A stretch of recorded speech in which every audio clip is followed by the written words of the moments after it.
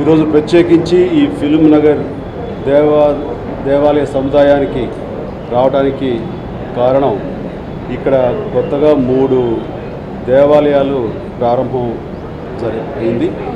వాటిల్లో ఒక దేవాలయం నా చేతుల మీదుగా ప్రారంభం కావడం అనేది నాకు ఆ భగవంతుడు నాకు ఇచ్చినటువంటి గొప్ప అవకాశం నేను భావిస్తున్నాను. దానికి ప్రత్యేకించి మురళీమోహన్ గారికి నేను అలాగే స్వామి స్వరూపానంద స్వామి గారికి నా హృదయపూర్వక కృతజ్ఞతలు తెలియజేస్తున్నాను.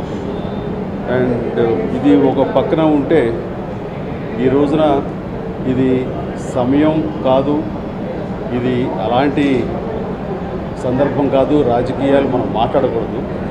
కానీ ఒక తప్పుడు ప్రచారం జరుగుతున్నటువంటి ఈ నేపథ్యంలో నేను దాన్ని ఖండించడం కోసంగా అవకాశం తీసుకుంటున్నాను.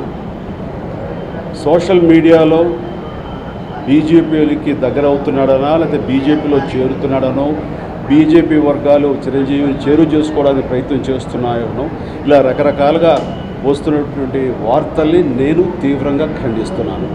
ఇది బేస్లెస్. అలాంటి ప్రయత్నాలు ఎవరూ అది చేయటం కానివ్వండి, ఆ రకమైన ఆలోచన కానివ్వండి, ఎటు మాకు లేనే లేదు.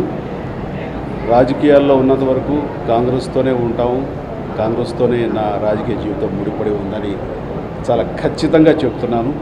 ఇంకా ఇలాంటి వార్తలకి అవకాశం లేకుండా మీరు దీన్ని సమాప్తం చేయాలి, ఫుల్ స్టాప్ పెట్టాలి. Thank you.